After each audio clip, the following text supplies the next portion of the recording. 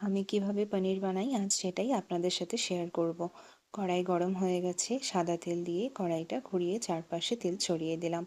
শুকনো লঙ্কা, এলাচ, লবঙ্গ আর দালচিনি দিলাম ফোড়নে। একটু ভাজা হওয়ার পর আদা ঘষে দিচ্ছি। আদা হালকা করে ভেজে নিয়ে তাতে দিয়ে দেব টমেটো।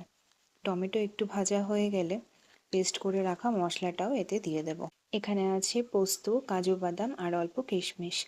এখন এতে স্বাদ মতো লবণ, চিনি আর বাকি মশলা যেমন হলুদ, জিরে গুঁড়ো, ধনে গুঁড়ো সব দিয়ে তেল না ছাড়া অবধি ভালো করে মশলাটা কষিয়ে নেব।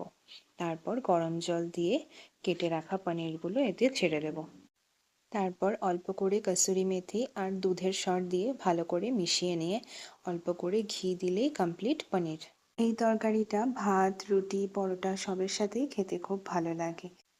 আচ্ছা, আমি তো সবসময় কাঁচা পনির দিয়েই সবজি বানাই। আপনাদের কি পছন্দ, কাঁচা না ভাজা পনির?